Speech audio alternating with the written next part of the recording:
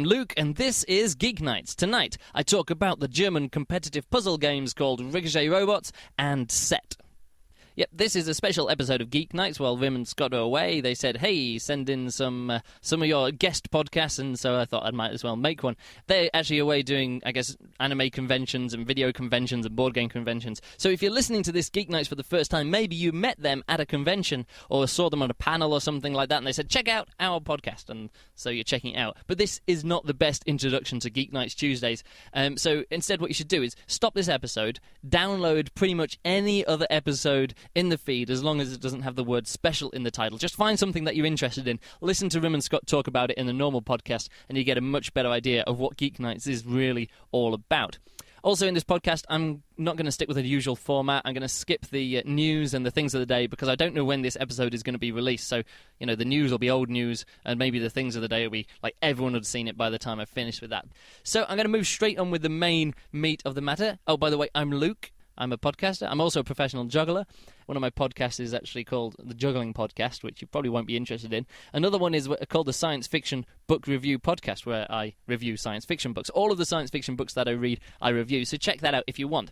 More importantly, a bit more about me. I live in Germany, and I like German board games, which is actually, you know, put those two facts together, is actually really quite handy, because I have access to lots of German board games, and I have access to many German people who also like to play board games. Many of my friends are much more into board games than I am, but then I have a life as well. I can't spend all of it playing board games, although me and my girlfriend, we do spend a lot of time. We just got Turn and Taxes a few weeks ago and had a lot of fun with that. And also, yeah, we go away, because you know, a lot of my friends, they go away for a few times a year, sort of rent a venue, maybe a school or something, where they can sleep and feed themselves and have like a mini board game convention for 3 or 4 days, maybe 50 people there or something like that. I've done that a few times as well, both here in Germany and in the UK, and it's really good fun, of course. Also, on top of that, because I'm a juggler, I go to juggling conventions.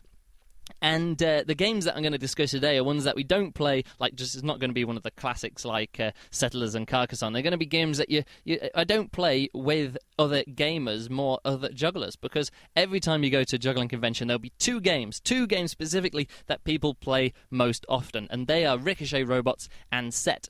They're by far the most popular, and I think they're the most popular because, well, they've got a few things in common. First of all, it's a puzzle game. So, you know, when you get good at it, of course, you get better at it. And there's nothing random about them. Or there is actually randomness in both games, because it sort of sets up a random puzzle, and you've got to solve them. Both of these games, Ricochet Robots and Set, do this.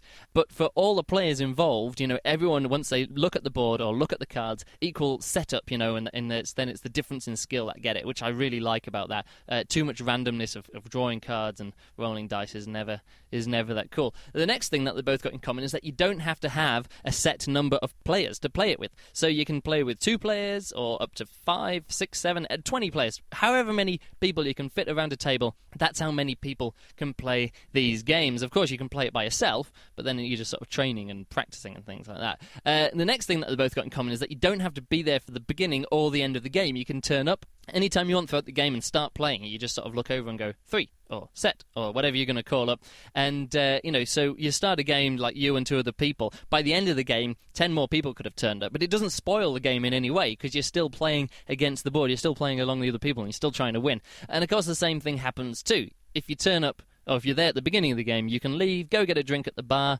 get some food, come back, return. Nobody's going to miss you at all. Another thing they both got in common is that, of course, the good players are always going to win, but winning is not the only goal, because it's a point system. So maybe a new player will come along, and they'll have a goal like, okay, I know I'm not going to win. I may not even get a single point, but, you know, I'm going to get the solution to one of these, you know, before or as it's called by another player and before it's been explained. And then the next goal can be, I'm going to get a single point. And the next is going to be, I'm not going to come last, or then I'm going to come second, or then I'm going to try and take a few points away from the main one, then maybe I'm going to win. So lots and lots of different things you can do this. You can sit there and play a long time, and you can see new players sort of come in, and then they suddenly get that first point, and they're like, yes! And it could be 2 games in, and then it could be another game before they get a next point, but it's still just as enjoyable. So all of these factors make these games perfect for informal gatherings. They're often at the side of a hall in a juggling convention. A game will start up, and the game will continue for maybe 4 or 5 hours in a row. But of course, the people at the beginning won't be there at the end, and the people at the end maybe only come half an hour before. But the session will still be going, and you can just leave them running, and they sort of sweep up people. And it's just generally a really nice diversion for when you're not doing anything else. Finally, both games you can actually play by yourself as a puzzle game, like I say, to practice. Not only that, but they can actually be played on various places online, and I'll include the links to the games where you can play Set and Ricochet Robots online. I don't actually do this very much, but there's a group of friends from the UK. I'm living in Germany, they're in the UK, but we have a chat room that one of the guys coded up, and every day we chat there, and every day the Set and Ricochet Robot comes online, and every day at one time during the day, all the chat suddenly disappears. And then people start posting their daily results, like 14, 12, 12, 12, 9, 12, 9, thought so, got a 9, 2 8s, 2 8s, got something like that. And that's it, so, it just kills the chat room for a day while all these 20 people go in there and play Ricochet Robots and Set and some other games at the same time. Again, links in the show notes. So I'll start with Set, I guess, talking a bit more depth about Set, because it's a little bit easier than the other one to explain. Set is not a board game, it's actually a card game. And you got a deck of cards, and they're all unique, and you set them out 12 at a time. And if you see 3 cards that match into a set, you shout "set," and you scoop up the set.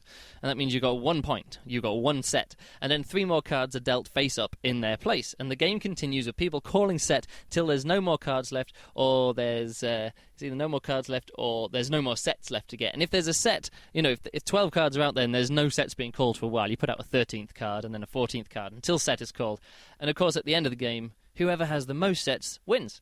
So it sounds a bit like Snap, and it is a bit like Snap in a way, but it's like a really hard kind. Like I said, every card is unique, but there's 4 different ways a card can be different from another card. So each card shows one of 3 symbols: an oval, a diamond, or a squiggle. Also, these 3 symbols, there can be different numbers of them, so 1, 2, or 3 symbols. Also, each card has symbols that are either green, red, or purple. And on top of that, each card has the symbols either sort of like a red outline or green outline and purple outline, or they're sort of shaded in slightly, or they're sort of a full block of colour. So to call a set, you must pick out 3 cards, which in all 4 of these different ways, of these different values, are either the same or completely different from each other on each card. Again, it sounds a bit complicated. I'll just give an example, I guess, is probably the best way to sort this out. So, card 1 can be 1 solid red diamond. Card 2, 1 solid red oval. And card 3, 1 solid red squiggle. And all cards, have 1 symbol. All cards are solid, all are red, but then they have 3 different symbols. You can't have 1 solid red diamond, 1 solid red diamond, 1 solid red oval. Of course you can't, because all cards are unique. But you can never have 2 of one thing and 1 of another in one of the values where they have to either be all the same or different. Another example could be you get 1 solid red diamond, 2 red solid ovals, and 3 red solid squiggles. So, you get red solid, all of them are red and solid, but then each 3 of them have a different number and a different symbol. And of course, you can then have sort of 1, I've got to think about this one, 1 solid red diamond, 2 shaded green oval, and 3 outlined purple squiggles.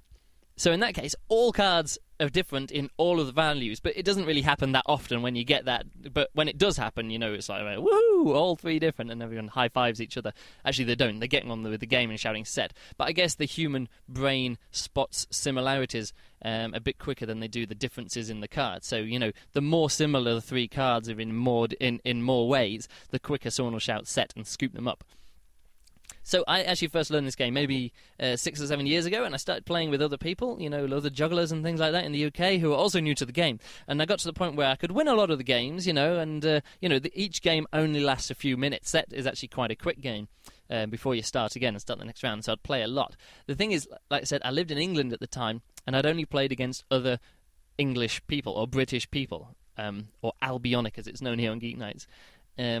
Funny story about that. Actually, I was just on stage at the European Juggling Convention, and there's about, I'm hosting the show, so maybe 1,500 people in front of me, and I say, this next act is from London, and everyone goes, "Way!" Or the London people go, "Way!" And I'm like, cool. So who here is from London? More people go, "Way!" Who here is from England? More people go, "Way!" And then I said, who's here from the United Kingdom of Great Britain and Northern Ireland? And less people went, "Way!" And I was like, haha, some people don't know their own nationality as it appears on their passport. So, yeah, it's not just people outside of England, Britain, the UK who get confused about it. So, yeah, Albionic. Anyway, where was I? Oh, yeah, I'd only played against English people. So I met this German girl who moved to the UK, and anyway, we sat down, and the dealer started dealing, and the German girl, she just said, "Set."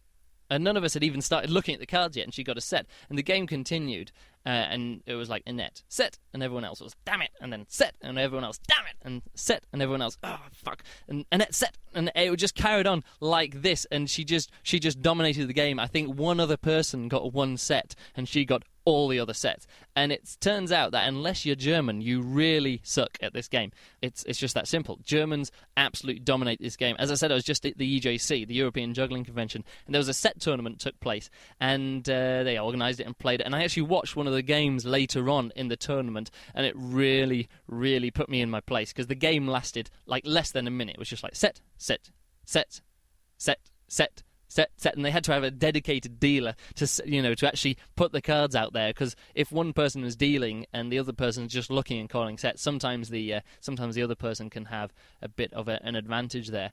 So this game is actually really good fun. Like I say, it really it doesn't take long to play, and you can play with any number of players. And I really think you should get a copy of this and just give it a go, or at least play it for a few days online, or just try it out online and sort of get used to it. As I said, I thought I was actually good at this once, but it turns out against Germans, I'm really, really not that good. Anyway, moving on to Ricochet Robots.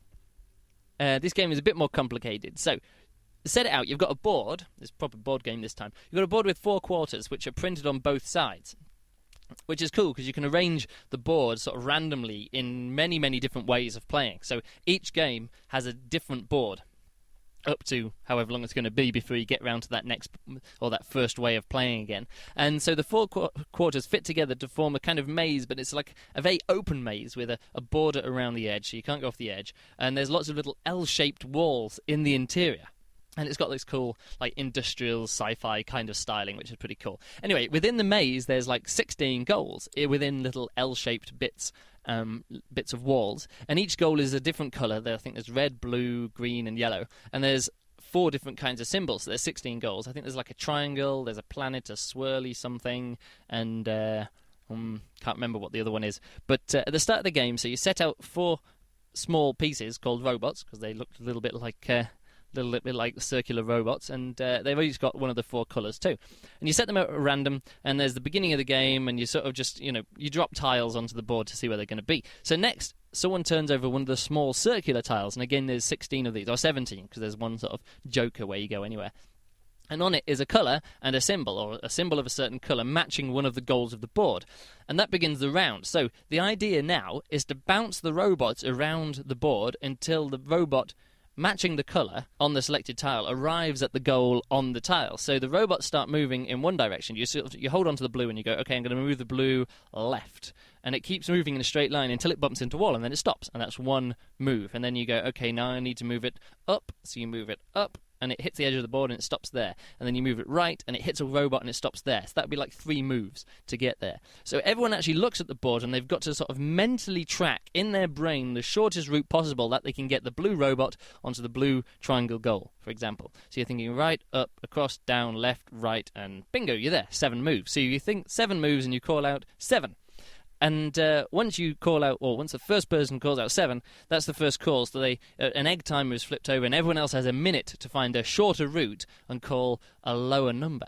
And if someone calls a lower number, and they say 6, and everyone goes, oh yeah, 6. Like that. Someone will go 5, and I go, oh, 5, great, stuff like that. So then, once the time is up, the person shows their route around, and everyone goes, yeah, very good, like that. And the lowest number, of course, is the one that wins, and they get the tile, and they get 1 point. Of course, if you call 5 and then you go, oh no, 6, your 5 doesn't count. That's your lowest bid, and then you're out, unless you can actually find a 5, which normally you can't. And the best thing about this game is when you get you get a blue robot. You don't have to just move the blue robot to get to the blue destination. You can move, say, the red robot and then bounce the blue robot off the red robot and use the yellow robot to stop the red one and stuff like that. So you can maybe get somewhere with 12 moves by just moving the blue, but if you move the green just sort of about there and then bounce the blue off it there, you can get there in 8. Of course, you say 8 and then someone calls out 7 because they use the red and the yellow to get to the same place. So a round will go something like this. 15. 14. Oh, yeah, 14. 10. 10, like that. And it just goes on down the numbers and stuff. And the best thing is about it, at the end, you can get some really, really creative solutions to the puzzle, because the board is different all the times, and every situation is going to be different. No two Ricochet robot games will ever be the same. I guess it's like going that way. The amount of it, the amount of things that can happen means that every game is totally different. The robots will always be in different places, and the board will always be in different configurations when you flip over one of the tiles. So one person will go, oh, here's 10. And everyone will go, way, 10, really cool, like that, and they show them, it's like really cool. And then someone will say, oh, but I had another 10 that looked a bit like this, and they'll show it, and it's a different solution. But this one will say, hey, look at my 12, and they'll show the 12, and they actually bounce all of the robots off each other 3 times in every different part of the board and get there. So, again, the stylish solutions get a lot more kudos, but they won't win you the game. But sometimes if you just, it's really cool at the end of the game just to share.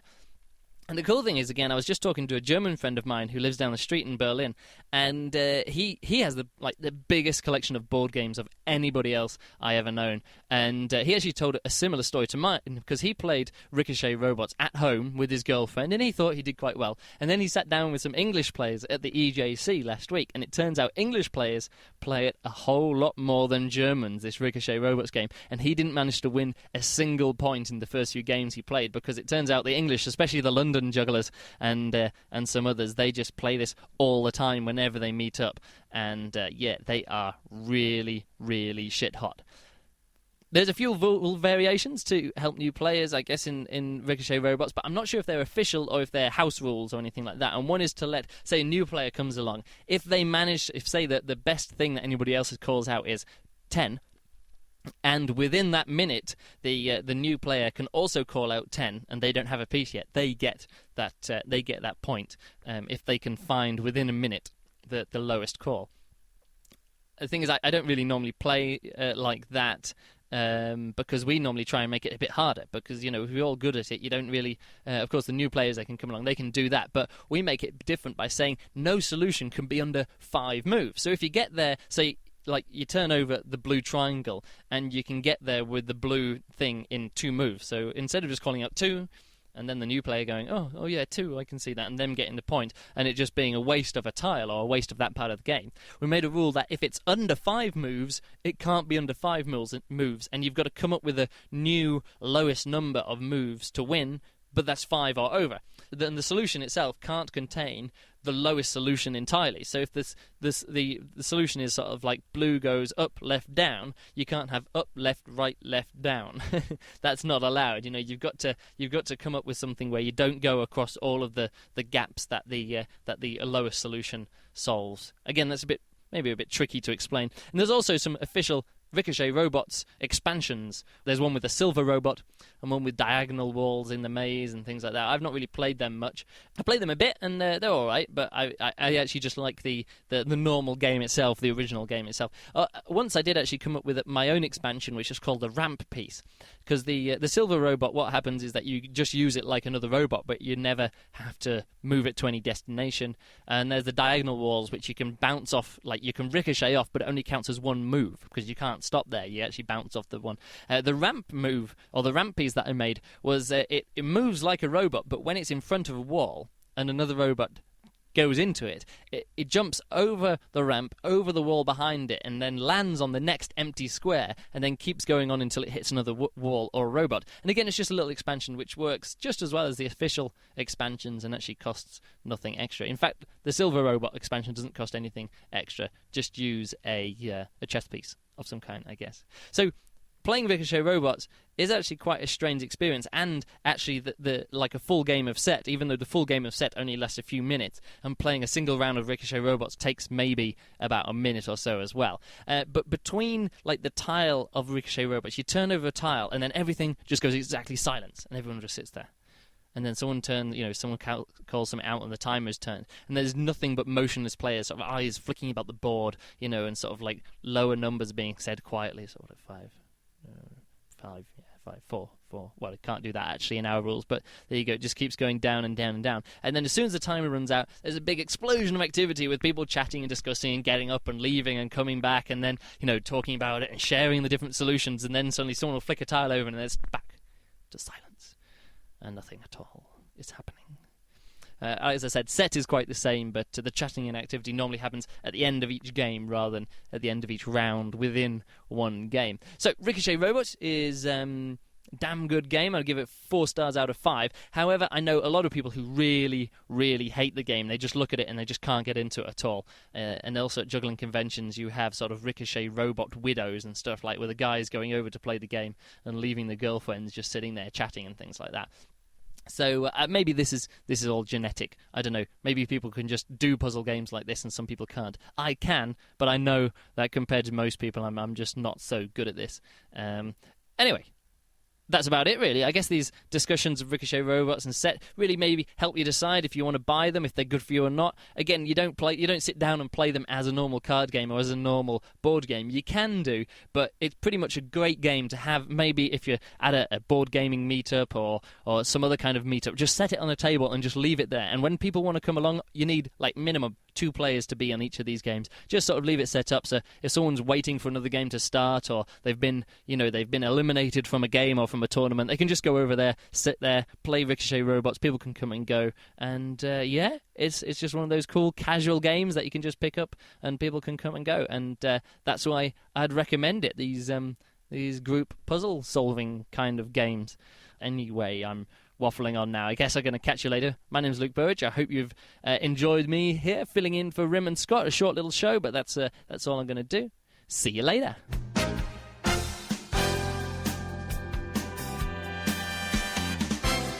This has been Geeknights with Rim and Scott. Special thanks to DJ Pretzel for the opening music. Be sure to visit our website at www.frontrowcrew.com, where you'll find show notes, links, our awesome forum, a link to our Frapper map, and links to all the RSS feeds. We say feeds plural because Geeknights airs 4 nights a week, covering 4 different brands of geekery. Mondays are science and technology. Tuesdays we have video games, board games, and RPGs. Wednesdays are anime, manga, comic nights. And Thursdays are the catch-alls for various rants and tomfoolery. You can send us feedback by email to geeknights@frontrowcrew.com. Or you can send audio feedback via Odeo. Just click the link that says Send Me an Audio on the right side of our website. If you like what you hear, you can catch the last 100 episodes in iTunes or in your favorite podcatcher. For the complete archives, visit the website, which has everything. Geeknights is distributed under a Creative Commons Attribution Non-Commercial Share-alike 2.5 license. This means you can do whatever you want with it as long as you give us credit, don't make money, and share it in kind. Geeknights is recorded live with no studio and no audience. But unlike those other late shows, it's actually recorded at night.